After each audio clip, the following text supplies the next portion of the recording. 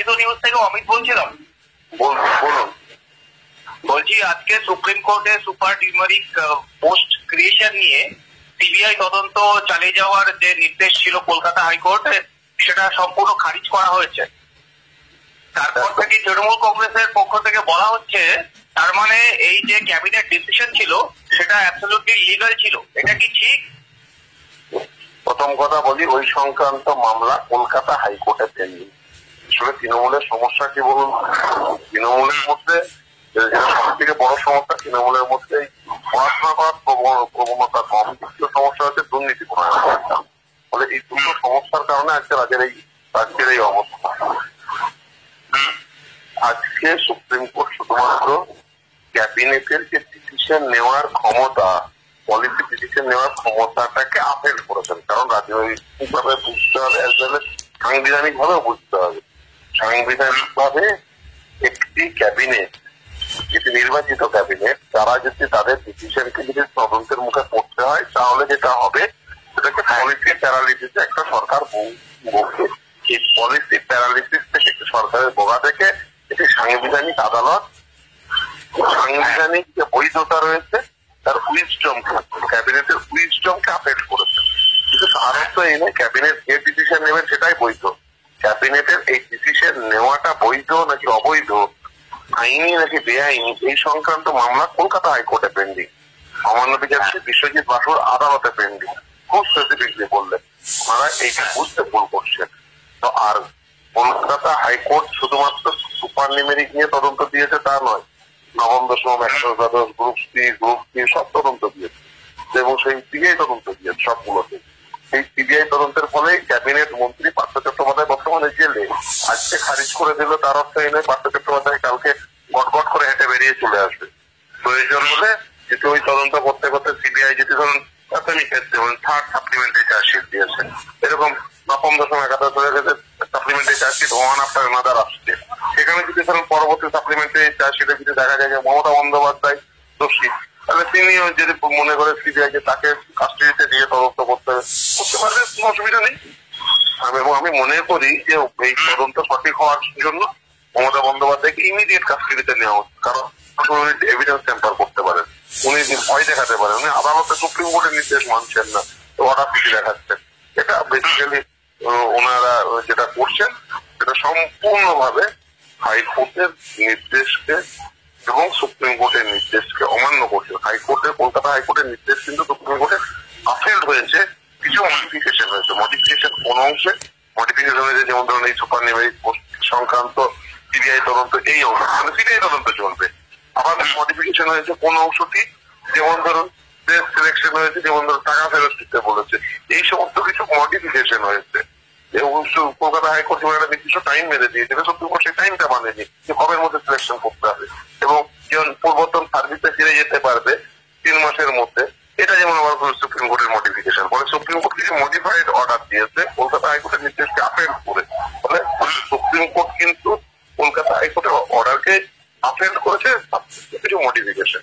এই মডিফিকেশন গুলো কি কি, যদি রায়ের কনক্লুশন কোশ্চেন করে নেয় তৃণমূল কংগ্রেস তাহলে সুবিধা হয়। সমস্যাটা তৃণমূল কংগ্রেসের একটাই, পড়াশোনা নেই। দ্বিতীয় সমস্যা, সব থেকে বড় সমস্যা যেটা, দলটি দুর্নীতি করায় এবং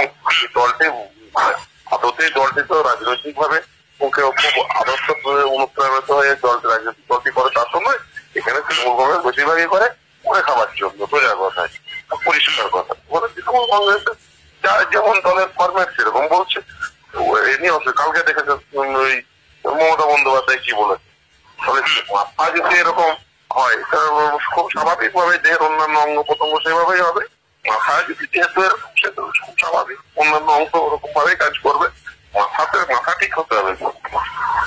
কিন্তু প্রত্যেকটা ক্ষেত্রে আমরা দেখছি যে মানুষকে ভুল বোঝানোর ক্ষেত্রে, যেহেতু আমরা সাধারণ মানুষ আইনের বিষয়টা আমরা ঠিক বুঝি না, কল্যাণ বন্দ্যোপাধ্যায় আজকে পরিষ্কার বলছেন যে সিপিআইএম এর আইনজীবীরা মমতা বন্দ্যোপাধ্যায়কে জেলে পাঠানোর নিয়ে যে গত আমার নাম ধরে নাচানাচি করছিলেন, হ্যাঁ আপনার নাম সেটা সম্পূর্ণ সুপ্রিম কোর্ট ব্যর্থ করে দিয়েছে। উনি বোধহয় বুঝতে পারেননি রাইট। উনি ওনাকে বলবেন যে সিবিআই তদন্তের নির্দেশ বাতিল করেনি, কল্যাণ বন্দ্যোপাধ্যায় তো ওই মাপের আইনজীবী নন যে তিনি বুঝতে পারবেন না, নিশ্চিত অত্যন্ত বড় আইনজীবী, তো আবারও সেই খেলা শুরু। উনি অত্যন্ত ভালো আইনজীবী বলে আমি মনে করি, এবং কল্যাণবাবু অত্যন্ত ভালো আইনজীবী, এই নিয়ে আমার মনে কোনো সন্দেহ নেই। কিন্তু উনি যে কোনো কারণেই হোক এখন চাপে আছেন। তো যাই হোক, উনি তো যেহেতু টেন্টেড হয়ে অ্যাপিয়ার করেছেন বলে উনি চাপে আছেন, বলে উনি চাপ মুক্তির জন্য অনেক কথা বলছেন। তো যাই হোক, তো বেসিক্যালি টেন্টেড ক্যান্ডিডেট বাঁচাতে গিয়ে তো সব আনটেন্টেড গুলো বলি হয়েছে। তো যাই হোক, উনি যে কোনো কারণে হোক অত্যন্ত চাপে আছেন, চাপ মুক্ত করলে আশা করি উনি ঠিক বলতে পারবেন। কিন্তু উনি অত্যন্ত ভালো আইনজীবী, আমি ওনাকে অত্যন্ত শ্রদ্ধা করি, আইনজীবী হিসেবে অত্যন্ত শ্রদ্ধা করি। তবে এটুকু বলবো যে উনি কোন পক্ষের হয়ে দাঁড়িয়েছিলেন এটা যদি পরিষ্কার করে সকলের সামনে বলে দেন তাহলে পরিষ্কার হয়ে যাবে যে বিষয়টা কি হয়েছিল আসলে। আসলে টেন্টেড ক্যান্ডিডেট বাঁচাতে গিয়ে তো আনটেন্টেড বলি হয়েছে। কোনোদিন আমরা চাইনি, দেখুন আমরা আপনার চেষ্টা করেছিলাম যে সিবিআই এর OMR sheet original mirror image, যেহেতু আমরা তো আপনার বলার চেষ্টা করেছি। কোন পক্ষ বলেনি একটু হাইকোর্টের প্রসিডিং, সুপ্রিম কোর্টের প্রসিডিং দেখে নেবেন, তাহলে বুঝে যাবেন যে কোন পক্ষ বলেনি যে সিবিআই উদ্ধারকৃত ওএমআর গুলো original mirror image, original OMR এর মিরর ইমেজ, আর কোন পক্ষ সেটা প্রতিষ্ঠা করতে প্রাণপণ চেষ্টা করেছে, সেটা প্রসিডিং দেখলে বুঝে যাবেন, এইটুকুই বলতে পারি। স্যার একদম শেষ প্রশ্নে আসবো, কালেকটিভ স্ক্যাম সেটা হতে পারে শিক্ষায় নিয়োগ দুর্নীতি, সেটা হতে পারে স্বাস্থ্যে দুর্নীতি, সেটা খাদ্যে হতে পারে, কালেকটিভ স্ক্যামের জন্য এই রাজ্যের মুখ্যমন্ত্রীর জেল যাত্রা হওয়া উচিত কি উচিত নয়? দেখুন, কালেকটিভ রেসপন্সিবিলিটি সেটা অন্য বিষয়, কিন্তু আমি দুটো বিষয় বলবো। এক হচ্ছে, দেখুন কুণাল ঘোষ কিছুদিন আগে একটি টিভি চ্যানেলে ইন্টারভিউ দিয়ে বলেছিল সে যখন জেলে ছিল তখন তার কাছ থেকে কেউ 7.5 লক্ষ টাকা নাকি চেয়েছিল কোন একজন ব্যক্তি, তাকে নাকি তার কাছে অ্যাপ্রোচ করা হয়েছিল রেট কমাবার জন্য, বিশেষ মন্ত্রী।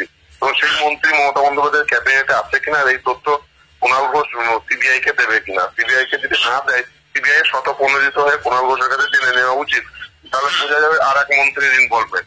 তাছাড়াও সিবিআই দেখুন যে তদন্ত করছে, ওই তদন্ত করতে করতে যদি দেখা যায় মমতা বন্দ্যোপাধ্যায়ের ইনভলভমেন্ট আছে, মমতা বন্দ্যোপাধ্যায়কে জেলে নিয়ে যেতে কোনো অসুবিধা নেই। এবং শুধু তাই না, এই যে 5 সদস্যের ইলিগাল কমিটি এটা তো তৈরি করতে পেরেছি, কিন্তু বলেছে এটা তৈরি করতে, আমরা তো ক্যামেরার সামনে তাকে বলতে শুনেছি। ফলে মমতা বন্দ্যোপাধ্যায় এই যে ধরুন র্যাঙ্ক জাম করে চাকরি, এটা শুরুই করেছিলেন মমতা বন্দ্যোপাধ্যায় নিজে, যে ইনফ্যামিলি র্যাঙ্ক জাম করে চাকরি কে দিয়েছে? মমতা ব্যানার্জি দিয়েছে। এরকম 5জন স্টুডেন্টকে নিয়ে আর 5জনকে নিয়ে কমিটি, এদিক স্টুডেন্টের পক্ষ থেকে 5জন, ওদিকে আধিকারিকদের 5জন, এই কমিটিটা মমতা ব্যানার্জি তৈরি করে দিয়েছে। বলে এই কমিটি এই যে র্যাঙ্ক জাম করে চাকরি, তো মানে দুর্নীতি শিখিয়েছে হাতে ধরে তো মমতা ব্যানার্জি।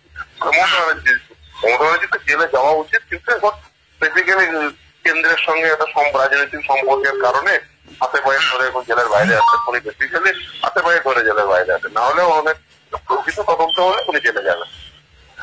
কেন্দ্রের সঙ্গে ভালো সম্পর্ক করে উনি জেলের বাইরে আছেন, আলটিমেটলি রাজ্যের মানুষ, যুব সমাজ একদম বিজেপির সঙ্গে, না হলে ওনাকে জেলে রাখলে মানে ওই একটা পদে যদি যোগ্য লোক থাকতো তাহলে একজনও যোগ্যের চাকরি যেত না। সমস্যা হচ্ছে ওই পদে অযোগ্য বসে গেছে, ফলে যোগ্যদের চাকরি চলে গেছে।